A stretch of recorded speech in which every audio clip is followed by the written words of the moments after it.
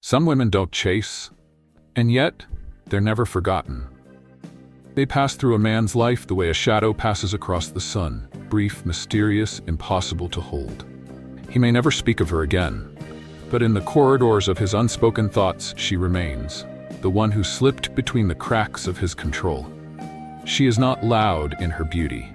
It doesn't shout, it whispers.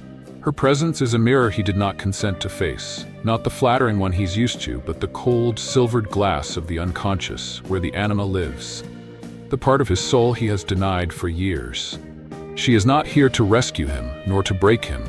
She is here simply to be, and that being unsettles him, because a man's ego can tolerate almost anything, except the kind of feminine energy that sees past it. When she walks into his orbit, his body responds before his mind does. The Stoics would call it desire's disturbance. Jung would call it a projection. The warmth he feels toward her is not entirely about her. It's about the lost, unclaimed fragments of himself that her presence ignites. His pride warns him, do not let her see you want her. But his shadow whispers, she already does. And so the silent war begins, between the image he performs and the truth he feels.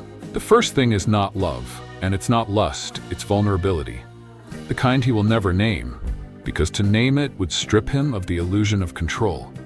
This is the feeling he buries beneath sarcasm, distraction, or detachment.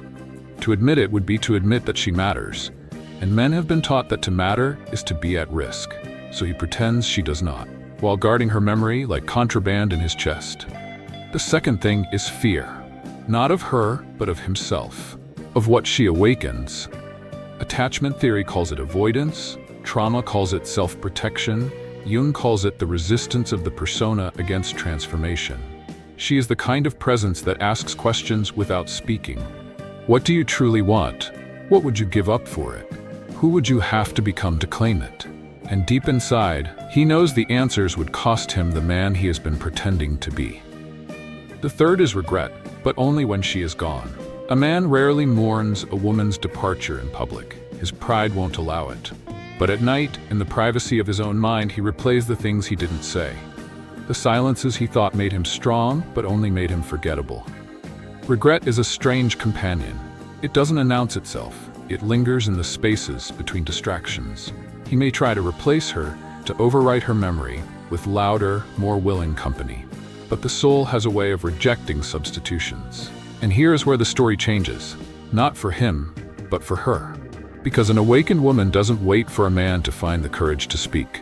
She understands the architecture of ego, the labyrinth of the male psyche, the push-pull of fear and longing. She knows his silence is not the absence of feeling, it's the prison of it. But she also knows she cannot live inside another person's unfinished work. This is the alchemy of her detachment. She does not withdraw to punish him.